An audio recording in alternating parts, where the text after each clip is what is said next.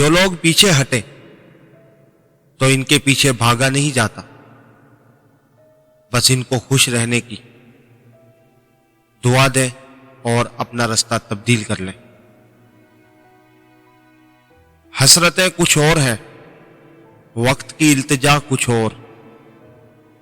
کون جی سکا ہے زندگی اپنی مرضی سے؟ جھاڑو کی طرح صفائیاں دیتے ہوئے زندگی گزارنے سے کہیں بہتر ہے بیلچہ بنو اور اٹھا پھینکو ایسے لوگوں کو جو جینا حرام کر دیتے ہیں۔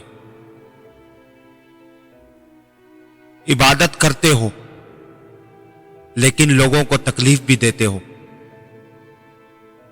صدقہ خیرات بھی کرتے ہو مگر ان پر احسان بھی جتلاتے ہو۔ اپنی نیکیاں ایسے برتن میں جمع مت کرو جس میں پہلے سے سوراخ ہو۔ ہم اکثر انہی لوگوں کے ہاتھوں اپنی محرومیوں کا مذاق بنواتے ہیں جن کو ہم کمزور لمحوں میں اپنی ذات کی سچائیاں سونپ دیتے ہیں۔ سارے دن کے بعد جب بستر پر جاؤ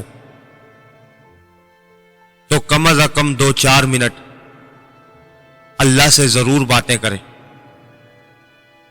کسی کا شکوہ، کسی کی شکایت، کسی مشکل کے حل کی التجا، کسی دکھ پہ آنسو، کسی گناہ پر ندامت، کسی بات پر گڑ گڑا کر دعا کرنا۔ میرا دعویٰ ہے کہ زندگی خود بخود بدلنے لگے گی۔